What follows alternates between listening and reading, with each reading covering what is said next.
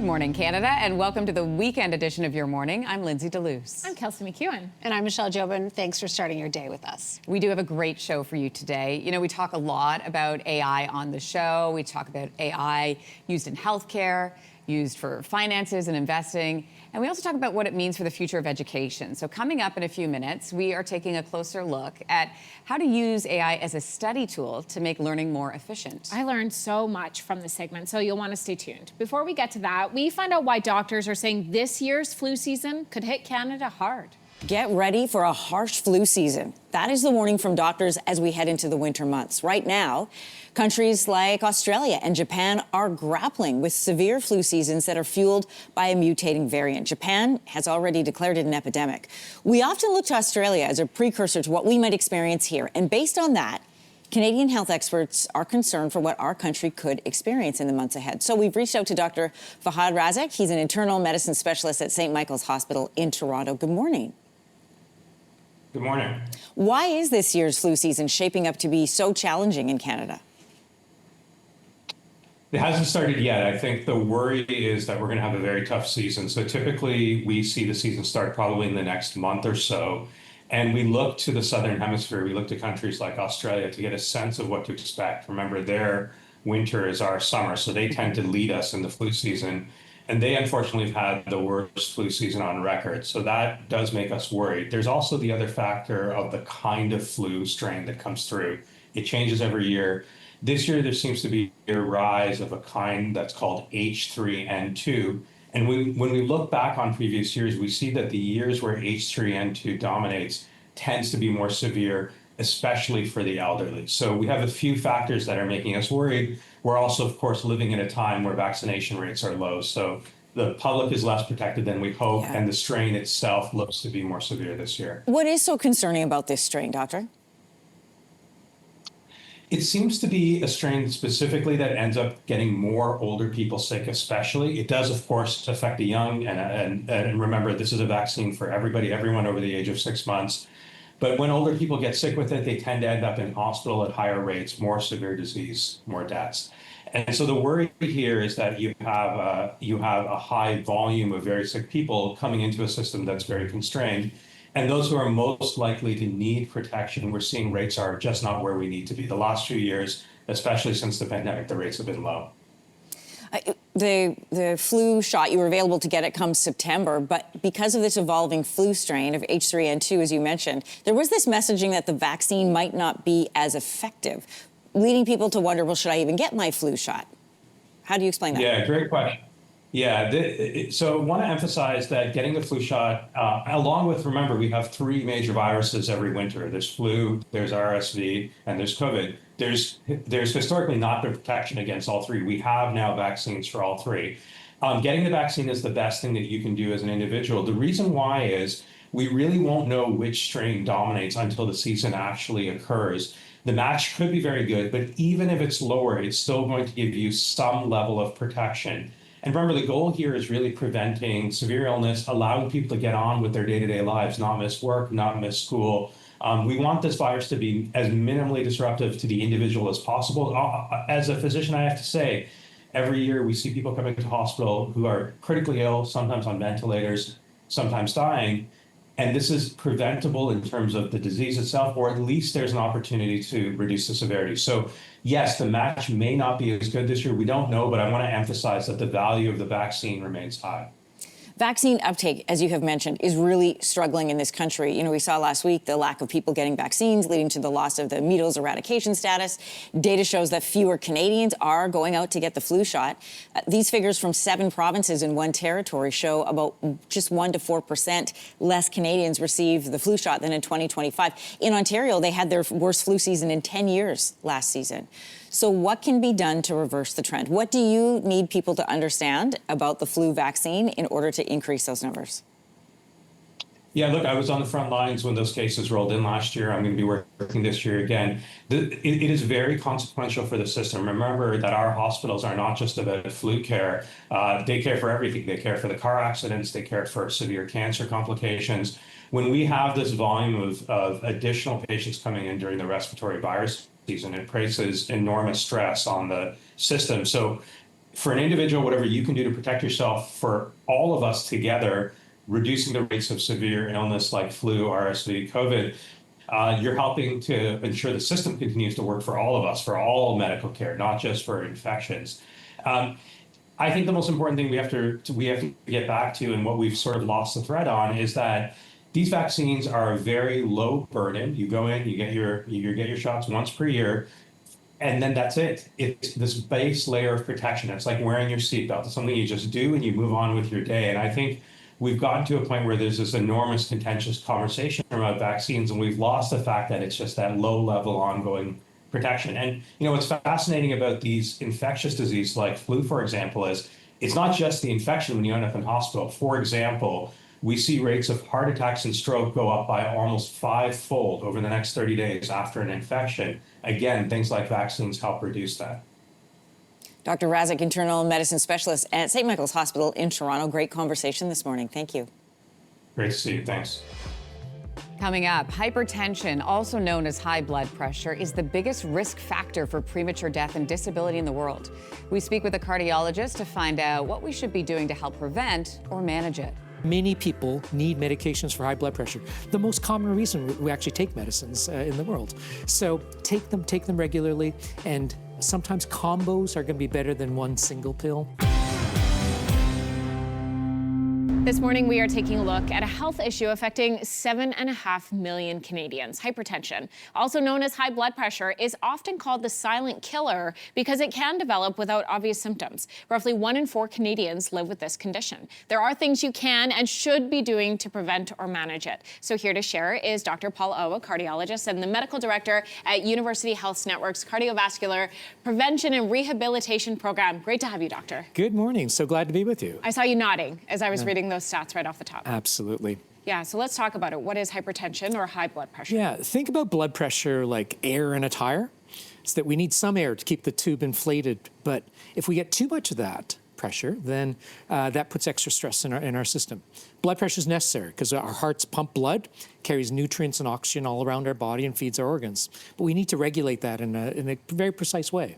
So how do we know if we have high blood pressure? What would we be experiencing and what would we be looking for? Yeah, so as you alluded to, Kelsey, that it's really quite silent, right? The only way of really knowing what your blood pressure is to measure it directly.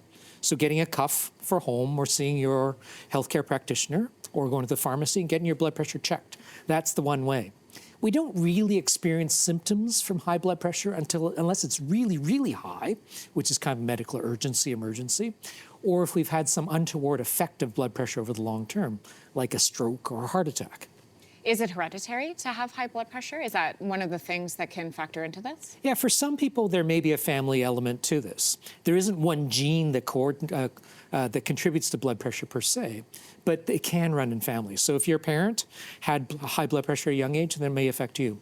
For many others, there's no good reason. We call it essential or primary. Not that you need it, but it just happens very commonly, like in 1 out of 4 adults over the age of 20. So what are some of the risk factors then? And does it equally impact men versus women? Yeah, so roughly equal in men or women, about 1 out of 4 adults.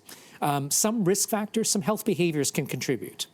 Too much salt, we know about that. Alcohol can make blood pressure go up. Not having enough fruits and vegetables, not being active. All of these things can make blood pressure go up.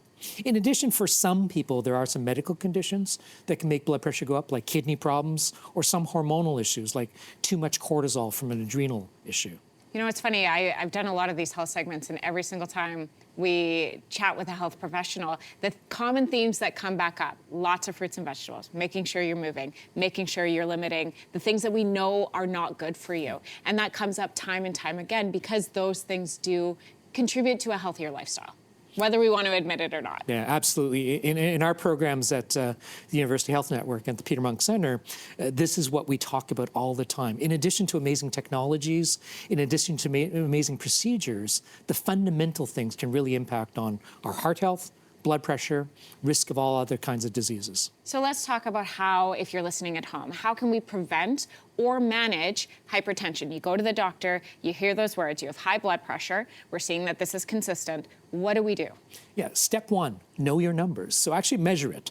And if you've been told you have high blood pressure, then investing in a device that you have at home, a validated one that fits properly on your arm, is one great way. So track it at home, because the measures at home might be very different than they are in the office. Some people have a large discrepancy, but your home numbers are the most important.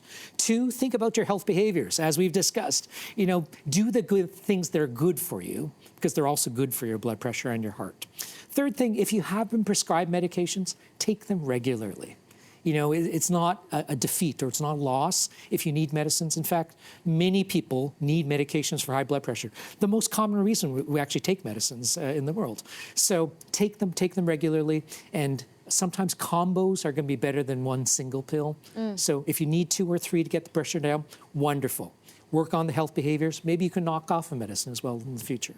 Doctor, is there a time period in our life where this becomes something that we need to be thinking about? I imagine, and you correct me if I'm wrong, but I imagine for kids, maybe this isn't a conversation we're having, but as we get older, we hit a certain age where, hey, we got to start thinking about our blood pressure. Am I on base here? Yeah, you're absolutely right. The curve of prevalence of high blood pressure goes up as we get older, for sure. But, it's worthwhile at those annual checks getting your blood pressure measured, even for your young adults. Certainly in our middle years of life, middle kind of shifts, right? 40, 50, 60, yeah. So in those years, absolutely getting blood pressure checked periodically is really important. And as we get into our older years, getting it checked very regularly is really important. Okay, Doctor, I really appreciate your time this morning. Thank you. You're very welcome. Glad to be with you. Dr. Paul O., thanks for being here. AI in education can be a hot button issue, especially around academic honesty and cheating, but it can also be a very effective study tool if you know how to use it. And our next guest certainly does. Avery Swartz is a tech expert who has whittled down 3 ways to use AI to support studying and learning. She joins us now. This is an important time to have this conversation. We are smack dab in the middle of midterms for most senior students. Yep. So let's start with something called Magic to Do. Yeah. Well, that sounds good. I love this tool. So Magic to Do, it is free. You don't have to have an account. You don't even log in to use it. And what it does is it takes a top-line task and breaks it down into smaller tasks for you. So, for example, when students say that they need to study or, study for a history test, well, what does that actually mean? You enter the task, you choose what's called your spiciness level, which is how much you want it to be broken down, how granular, and then it automatically takes that task and breaks it down. So it might be reviewing your study notes, looking over what's going to be on the test, creating flashcards, quizzing yourself, and then it can even give you a time estimate. So this helps you to kind of just even understand what you're supposed to be doing. I love this tool. This is amazing. And you know what, for kids who live and work through ADHD, that is an essential tool. It's a phenomenal tool. Amazing. Yeah. Okay, once you have the study plan in place, you suggest moving on to Notebook LM. Explain how this one works. Notebook LM is made by Google. There's both free and paid plans for Notebook LM. My favorite part about Notebook LM is you load in your own study notes. So it's pulling from your notes, your curriculum, photos, PDFs. Then it will generate, right there you saw that was a quiz. This is literally the grade 8 unit of history, of Canadian history. It will also generate flashcards for you from the material. And then my favorite part of Notebook LM is it does something called audio overviews. You can choose an audio overview where it will, it's robots, it's not real people, but they're talking about the subject matter. There you can see it will go through almost like it's almost like listening to a podcast of them talking about your material. This almost makes me want to cry. For families who have kids who have an LD, a learning disability, this is game-changing. It's huge. And there's one extra thing you can do inside Notebook LM with those audio overviews. I made a video so you can see it. Okay. Not only can you listen to it, you can actually join the conversation. You can interrupt them and start talking with them yourself. Check this out. Okay. Welcome to the deep dive. Okay, so today we're definitely not looking at some smooth, easy story of nation building. Hey there. Want to share your thoughts on this? Can you do a deep dive for me on the role of the railroads in Canada's western expansion? That is a fantastic request. Oh, yes. You're jumping right to one of the most critical factors. The railway is absolutely central. It's woven into the very fabric of why Confederation expanded. We were going to touch on it as an economic driver later. but let's bring it right up Fascinating. front and Isn't that expand on cool? Yeah, really cool. It's so cool. And then you can ask them questions, you can keep talking, etc. And I love that it's pulling from your own material. Yeah. Because there's an issue right now if you go and try and interact with a chatbot, it might be pulling from incorrect material. other materials Yes. or, you know, from other school boards or other parts of the country or even from other countries. So with Notebook LM, you provide the material that it should be pulling from. Yes, which means your dates are accurate, which can sometimes happen in with chatbots. So last but not least, there are a lot of people who are familiar with ChatGPT. Of course. I feel like everybody uses it. I'm not sure a lot of people are aware that you can put it into study mode. Yeah. Study mode came out in ChatGPT a few months ago. And usually when you ask ChatGPT a question, it's just going to give you the answer. But in study mode, it doesn't give you the answer. Instead, it coaches you through how to get to the answer.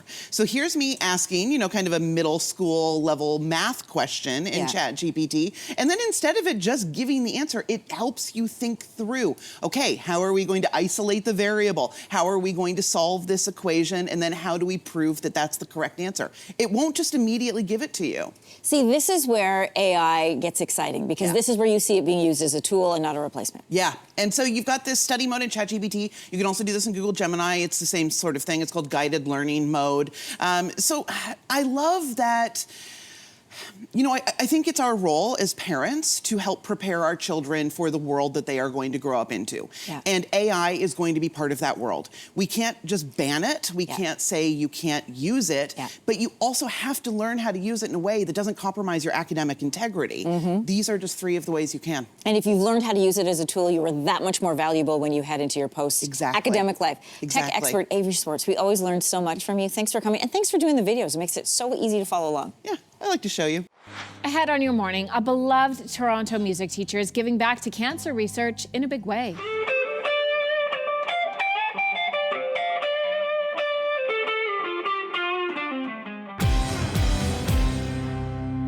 David Glebe is one of Toronto's most beloved music teachers. And in 2023, his life was forever changed after being diagnosed with throat cancer. While his journey through it was a tough one, David was determined to give back. And through his love for music and performance, he did exactly that. Teddy sat down with David to learn more. Take a look.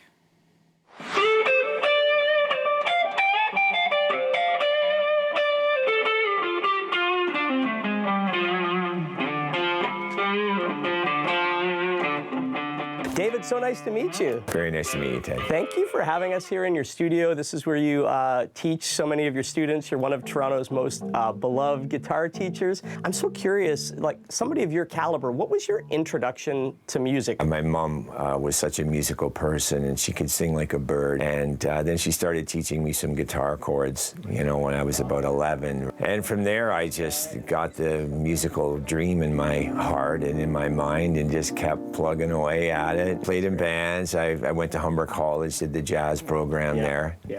Did the summer program at Berkeley College. Came out of Humber, you know, gigging with friends in different bands, duo settings, and started teaching and really loved it. And it was just a great way to be able to play music every day and still, you know, be able to look after yourself. Music everywhere, you know, that's been my life. So we're gonna take the D. Is D7, right? Like I said, you're a really beloved, incredible teacher. I know you've taught for like over 35,000 hours. You've had a lot of really interesting students. Nick Nurse, former coach of the Raptors. You've had a Raptors player, NHL player, like really, really interesting people, I'm sure, to teach. What do you get from teaching? Like, why is it a gratifying thing for you to be able to do? You learn a lot about yourself, as well as learning a lot about people and being able to work one-on-one, week after week, month after month, year after year in many cases. You build relationships of 15, 20 years. So it's pretty amazing. You'll see students that have been with me before they went to university, and now they're, you know, finished their PhD, or they've been 10 years into their career. Yeah. And they're still coming. It's just really, really fulfilling. It's an amazing occupation. You're obviously super passionate about it. And then obviously your life got thrown a major curveball back in October 2023. You were diagnosed with throat cancer. I know you went through 35 rounds of radiation, 5 rounds of chemo. How did music help you as you were going through that? You lose yourself in the feelings of the music and the songs, and you're not focused on the pain. I just had this mindset that I'm going to destroy this disease. It's not going to end my life right now. I remember walking back from an appointment and saying, I'm going to do something really amazing on the other side of this. I'm going to find a way to give back. And I decided I'm going to take my students and we're going to go do a show at Massey Hall. It's the second concert coming up. Yeah. It's a benefit for Princess Margaret for Yes. cancer research. The first one, though, huge success. Over $100,000 donated at the end to Princess Margaret. What did that feel like to be able to do that? It was really amazing. It's just,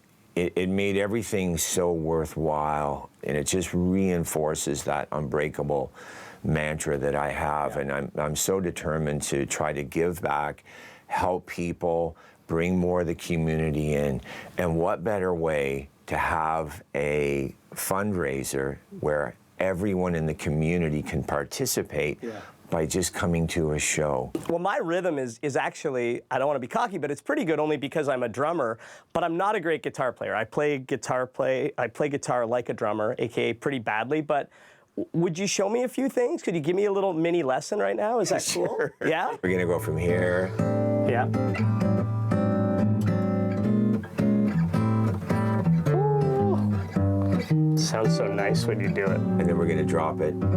From B minor, and then that's the relative major. I'm taking you from punk to bossa nova. Just tuck these in a little bit. Okay. Love it. Thank you. Thank you. I learned some jazz chords. They gotta show that to the band. I'll be like, no. No, they love jazz too. This is great. Thank you. Next week on Your Morning, Canada's Drag Race host, Brooklyn Heights. That was such a slave. It was giving Cirque du Soleil.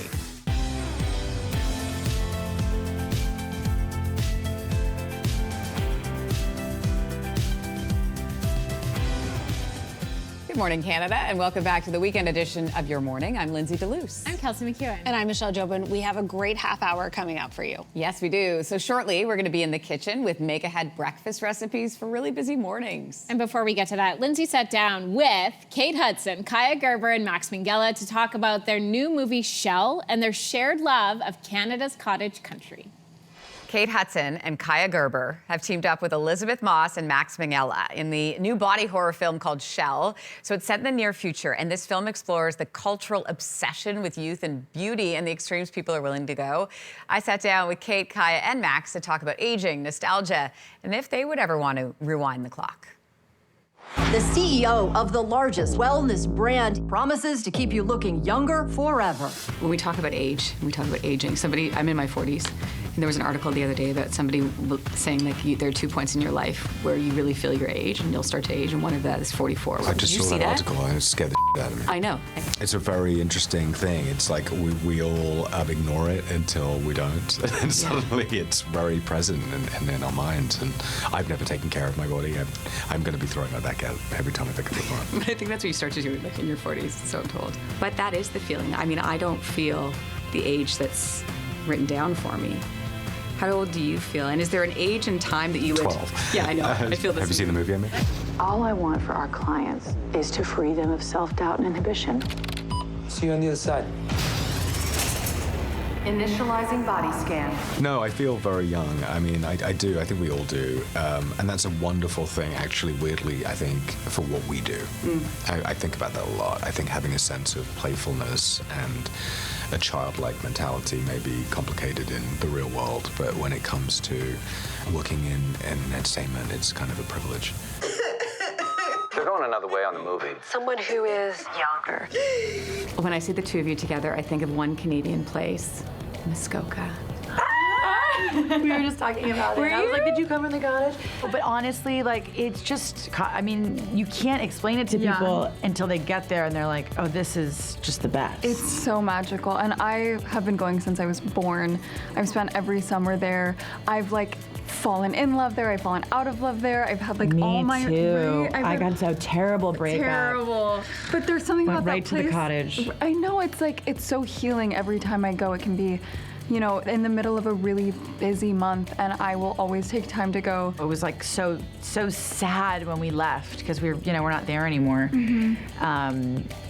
Because of the kids and everything, we stopped going as much, and so we were sort of like, it's like the worst decision of my dad. And we're like, how could you sell the cottage? Come sleep in our bunk bed. I know. I also feel like I was there before we had all this technology, you know. So I got the and you too probably. Well, maybe when you were a little bit. Well, you're much younger. No, maybe you didn't. Maybe you didn't. A 4-year age difference? Yeah, 4 years. Yeah. But we had, you went there and it's like, we weren't talking to anybody. You were out. Are you reading for this too? That's crazy. Speaking of, age and getting older, obviously that's a main theme of Shell. Is there an age that, and I'm not just talking about physical, is there an age that you would go back to based on sort of the feeling that you had at that point? Like you just want to freeze that in time? I will say this. There was a time when I was single with my 2 boys, and that was so nice to be alone. Yeah, I love my man. But there was this little pocket of time where I was so happy in my life, where I realized oh, I don't need any companionship and love and connection. That's all good, but I don't need that to live the best version of my life. So that little pocket of time, which was 3 years, was so great. I had them all to myself. It was it was just great. We had so for me, it's more like that. But age, I don't even know. What about you? I mean, I know you're. I'm I hope it hasn't happened yet. I mean, I do remember in my teenage years, all I wanted was to be in my 20s. I couldn't wait to grow up and become an adult. And now that I am in my 20s, I'm I wish I would have just enjoyed being a teenager more. I was so eager to grow up very quickly. I definitely wouldn't go back to being a teenager, but I think maybe I would just wish that I had enjoyed it more while it was happening. Well, thank you both. Thank you. It's great to meet both Nice of you. to meet you. Congrats on the film. Thank you. Thank you. You're totally freaking out. How you look determines who survives. There's only so much room at the top of the food chain.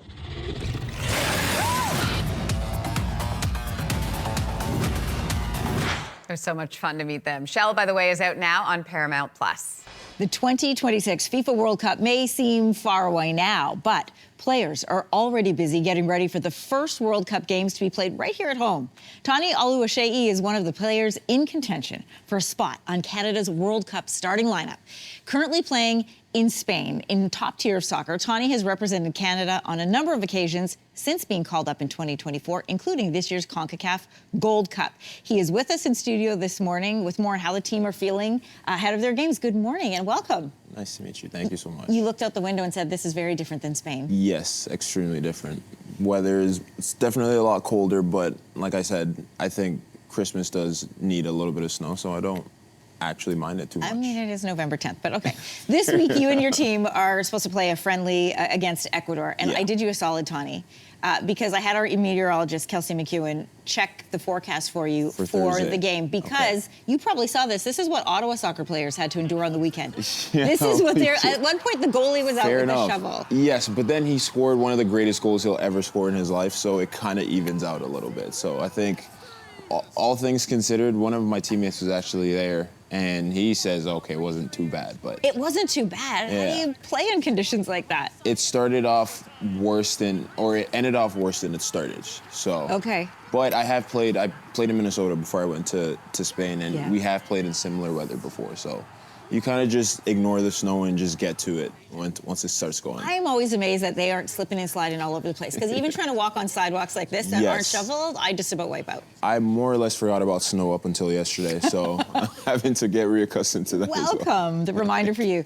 Listen, it will be your last time playing in Canada before the World Cup. Yeah. How are you preparing physically, mentally, and you guys all coming together as a team because you don't see each other very often? No, it's been good, and I think because we've had camp in September and October as well, so we've gone together a lot more than we usually would have around this time of year, and it's always really good. I think as a team we get along really well. We love being around each other, so it's always really nice whenever we get to see each other. And for us, it's just a matter of one, enjoying the camp, and two, remembering that in a couple months we're playing at a World Cup. So it's quite the balancing act, but I think because we enjoy being together so much, it's always really easy. I'm so curious that you said that. So we've just had this great run with the Blue Jays, and they've let everybody in on the fact that, they've got inside jokes and that they text one another and their families hang out. Yeah. You guys are all living in those guys travel together 9 months of the year. Yeah. You guys are all living sometimes in different countries. So is there like a chat thread that you're all on? How do you build that camaraderie when you're not playing? Honestly, I think for us, it's just making the most of when we are together. Like, our favorite thing to do is play Mafia. It's a big group game that we play every time we get together. So every night we're together for like 10 or 11 days at a time. Like, we'll play Mafia every single night if we can. And it's just a way of getting together. We all have roommates, so we're always with our roommate. My roommate's Joel Waterman, and we have a really good time while we're roommates, and then we keep in touch whenever we go home as well. So it is quite the balancing act, but because we enjoy being together so much, we try to make the most of when we are together. I can't wait to see what that looks like on the field. Yeah. Speaking of, you've played at BMO Field during your time with MLS, with Minnesota, as well as with the Canadian team.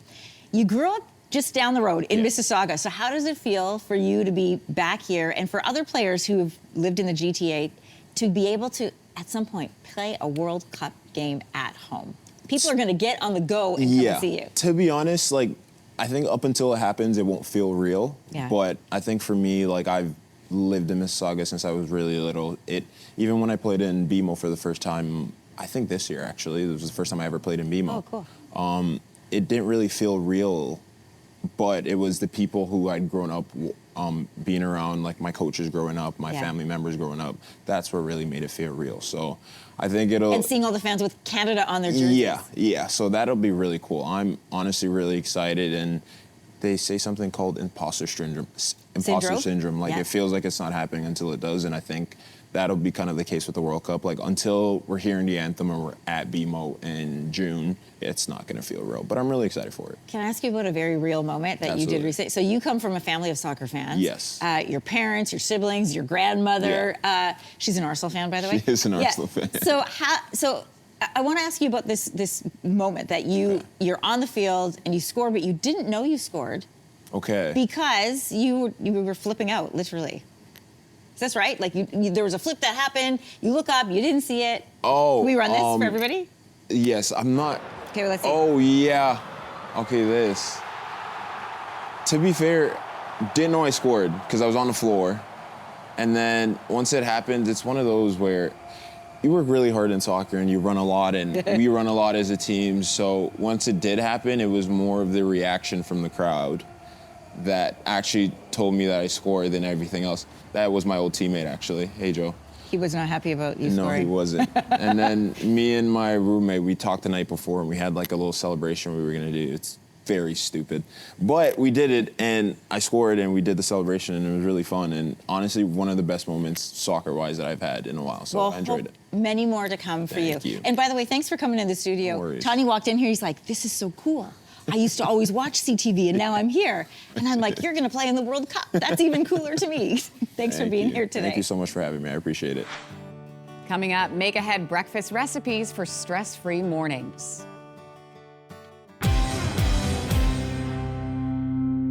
So picture this, you are on a televised game show, but instead of solving a puzzle or answering some trivia, you are being chased and running for your life because you're being chased by assassins.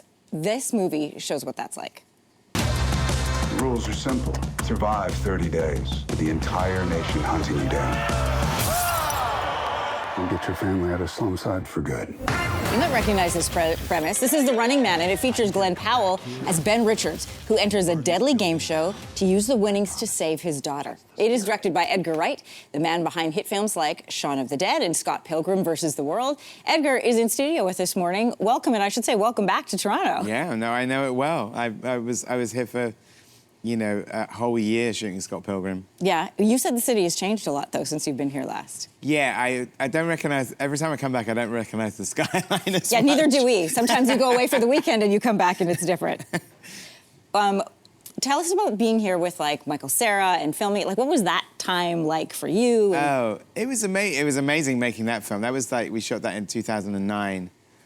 But it was so fun because it felt like we were, like, living the movie. Like, the locations that were in the film were also the places that we were hanging out when we weren't shooting. So it was a really amazing, surreal experience. The city loves you, and we love that you're back. You put Glenn Powell really through his paces in this film. Man, the action scenes are incredible. It's the first thing I told people when I came out. I was like, you should see the action scenes.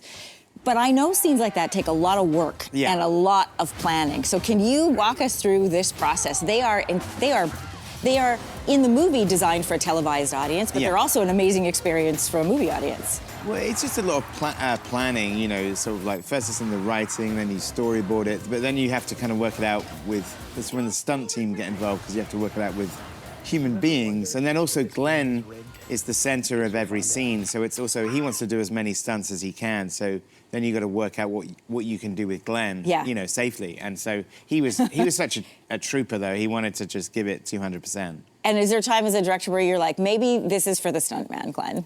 I mean, he worked really hard, and he said in his training that he had to kind of make himself bulletproof, basically. Yeah, you really put him through his paces. He's kind of like a human pinata in the movie. Yes, he is. The Running Man, of course, is based off the '82 novel by Stephen King. You said you read this as a teenager. Yeah. And what's fascinating is then it was written as a future society, but it's written to be placed in 2025. And there are some real things, the future is now in this film, but you've put things in there that we experience now. Technology tracking you, for example, the inability to get away from all-seeing eyes, mistrust of government, independent media trying to, sort of show reality to the reality that isn't reality that's being portrayed to them. I mean, it is a plot point in the movie that our hero tries to get to Canada at one point. Yes, I saw the road signs. So where was that in the country, by the way? Oh, sorry? Where was that in the country? Well, he's in Maine at that point. So so he's heading towards you guys. Just run for Canada. And for people who may not know, there is a version of this movie. It's from back in '87. Yeah. It stars Arnold Schwarzenegger, and you threw in an Easter egg for fans. You put him on the currency in the movie, and you surprised him with this. I want to share with everybody his reaction. I think it was funny with the $100. Well, speaking of which, we have a gift for you. Who has it? I know you don't like anything small. A small token. Okay, what's the backstory here, Edgar? Well, we decided as a nod to the 1987 film that we thought in our alternate 2025 that maybe they changed the rules and people born outside the United States could become president. So it's Arnold Schwarzenegger on the money. Amazing. This is like the new currency in the film. So you see it briefly that they're kind of like Arnie's are like the $100. Speaking of outside people who contributed in some ways to this film, Stephen King is one of the executive producers on this. He gave this movie his stamp of approval once he saw the script. You are also a big fan of his. Oh my God, yeah. What was it like? Look at this photo. Yeah, I know. What did that feel like? That's only a few weeks ago, it's amazing. I mean, I started reading Stephen King books at exactly the right age, which is too young. And I'd read The Running Man when I was 14, and I'd actually read it before I saw the Arnold Schwarzenegger version. So I had the book and the previous film are very different. So I had a very vivid idea of that there was another movie in this source material. And in working on it, obviously at a certain point, I knew Stephen a little bit because he'd always been really kind about my previous movies.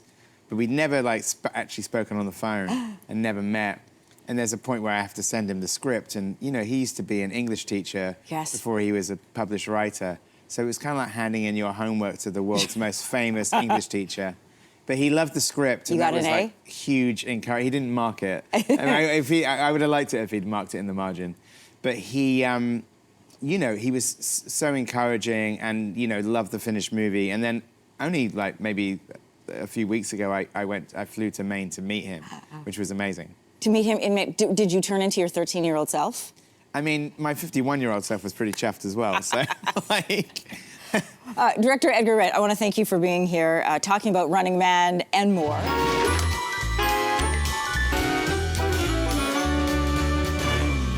Well, figuring out what you're eating for the week at home, it can be a real mental load, right? So I want you to stop thinking for a second, because we've got Chef Noel Cunningham in the kitchen today with some easy breakfast recipes that you can make ahead and eat for the rest of the week. Chef, great to have you. Thanks for having me. Oh my gosh, we love having you. I love when you say that Chef Noel Cunningham is here. Oh yes, me too. CTV Kitchen. It's so good. So listen, we are going to put up the QR code on the screen. You're going to scan it. You're going to follow along with these recipes. Maybe even make one of them this morning. We're going to start with these hand pies. Yes. So how do we make these? So these are some puff pastries, and what we're going to do is do some scrambled egg, which you can go ahead. I can add? Yes, okay, right on in here. You yeah. trust me to do the cooking? Oh, yes. Oh, this is a good bowl. It's got some good weight to So it. that's 4 eggs. Okay. And then we're going to lightly scramble this. Okay, I'm going to put this over here. Yes, a touch of salt. Amazing. So this one is a very easy make-ahead that you can always do and freeze. Okay. Of course, and then you can pop these in the toaster oven or in the oven while you're getting ready for work, and the kids can have some. And guess what? You're an elder, so it's easy. Yeah, easy It to. is so easy. Yeah,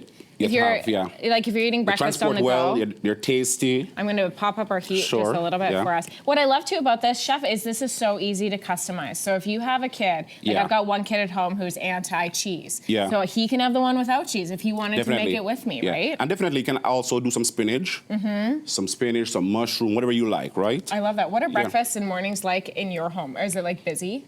Usually I wake up very late. Do you really? Yeah. So for me, I'm more of a brunch. I would say brunch. But usually it's something quick and easy. No, so I love doing that. stuff like these, I can easily pop in the oven while I'm doing other stuff around the house, right? Yeah. And like in the morning, like you don't want to be like pots and pans to be your problem. You know what? Do we want to let this cook for a little bit and Yes. maybe talk about the pancakes? So these pancakes, these are like my favorite, right? Okay, we're going to jump over here, controller. So these are my favorite. So what I do usually, so you make your pancake mix, same thing. You spray a pan and you bake these. So you can actually slice these and freeze these. You guys, this is revolutionary. We're not Yeah. making pancakes in a pan. So instead of slaving over the stove all morning, trying to flip pancakes and trying to be a mess, you can simple.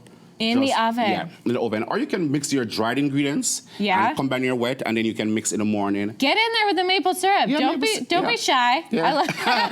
I love There we go. Oh my gosh. And then throwing in the blueberries. Some blueberries on it as well, yeah. Hey, Chef, what is your trick to not make the entire pancake turn blue? Because I tell you, when I make blueberry pancakes, we are eating like bright purple pancakes. Oh, really? Oh yeah, every time. Are you using fresh ones? Sometimes they're frozen. Really? I'm using the frozen ones, so they're bleeding everywhere. Yeah, so those are going to bleed. Okay. Yeah, definitely. Those are going to bleed, definitely. So these I are the know. fresh ones. Fresh ones. Okay, Yes, I'm and gonna this is our scrambled egg and take a bite of cheese this. while you take a bite down there. Look at us multitasking in the kitchen. I love know. it.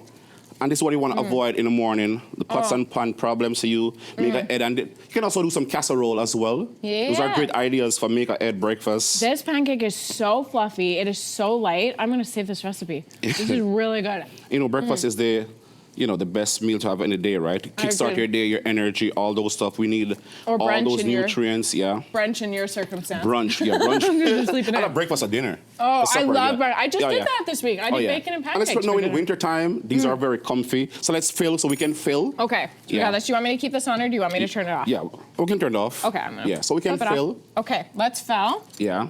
Take this. I love this. So you put a little sausage in here. You've got cheese in here. Cheese, yes.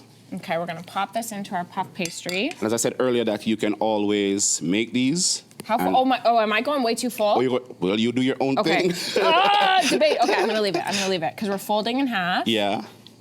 Okay. So now you're gonna run into a problem where it's all squishing out, right? Oh yeah, totally. Yeah, and these are Okay. puff pastry that you can just get in a store. And then do I just crimp my edges? Oh my gosh, look Yeah. at me.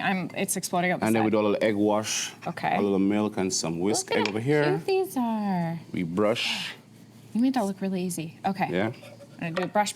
Okay, so egg wash. We would brush it. We're gonna do a little swap We'll do a into the little swap. oven. Little magic of TV. Oh my gosh. It smells really good in here, you guys. Oh, those are so And cute. these are ready. Oh my gosh. This is amazing, Chef. And then you just put one right there, and we're serving this with a salad, and that's a perfect way you can have a brunch on the weekend or a good breakfast. Oh, you know what? It's a hand pie. I'm gonna, I'm gonna take a bite as we go to break. Remember, the recipes are on the QR code on your screen right now. Chef Noel, great to have you back. Thank you so much for having me, always. Coming up Monday on Your Morning, Biff Naked will be in studio with her new documentary. That's all for us today on Your Morning Weekend. Don't forget, you can scan these QR codes for the Your Morning newsletter and to listen to more great conversations on Your Morning, the podcast. Yeah, we've got a great week coming up. On Monday, we are in the kitchen. Oh, yum, making tiramisu with a twist. I don't want to miss that. I have a question for you both. When do you get ready for the holidays? Are we at the time? December 1st. December. Oh. We're ready. We're ready. We're at the time. I'm around December 1st as well. But next week, we're getting you organized. On Wednesday, we've got the best holiday decor for small spaces. And on Friday, we're showing you how to make your own wreath. Okay, love that. Then I will be ready to start decorating by December the 1st. Hey, thanks for tuning in, Canada. Enjoy the rest of your weekend. We'll see you on Monday.